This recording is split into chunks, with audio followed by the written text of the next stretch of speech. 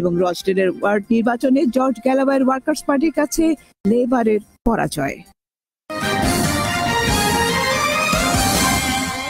স্থানীয় সরকার নির্বাচনে সেন্ট্রাল ওয়ার্ডে 3 বারের নির্বাচিত labour party councillor Syed Ali আহমেদকে পরাজিত করে ওয়ার্কার্স পার্টি থেকে ফারুক আহমেদ কাউন্সিলর নির্বাচিত হয়েছেন।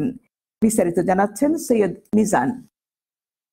এবার রোস্টেল সেন্ট্রাল ওয়ার্ড থেকে 3 জন বাঙালি প্রার্থী নির্বাচনে অংশগ্রহণ করেছেন। এর মধ্যে বিজয়ী হয়েছেন সাবেক কাউন্সিলর রোস্টেল ওয়ার্কার্স পার্টির George গালিয়ে Faruk Ahmad.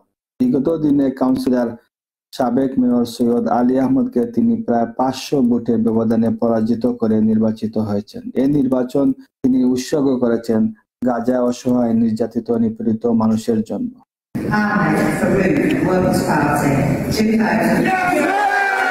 Ahmed has won a stunning victory in the Central Ward.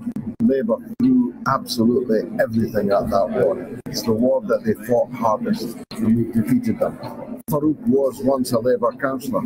Now he will lead the Workers' Party group on the council. আমরা ভাই বোনেরা আসলে সব পারিছেন আমরা প্যালেস্টাইন লাগে আমরা প্যালেস্টাইন লাগে অফলে খারুইছেন প্যালেস্টাইন লাগে আমরা এটা অফলে মিডিয়ারে দবইছে পাশে দাঁড়াইবো দেশও আপনারা ডাল দিবা আমারে খাইবা আলহামদুলিল্লাহ এটা আল্লাহ ইচ্ছে আল্লাহ যা আল্লাহ ভালো লেগে পড়ে।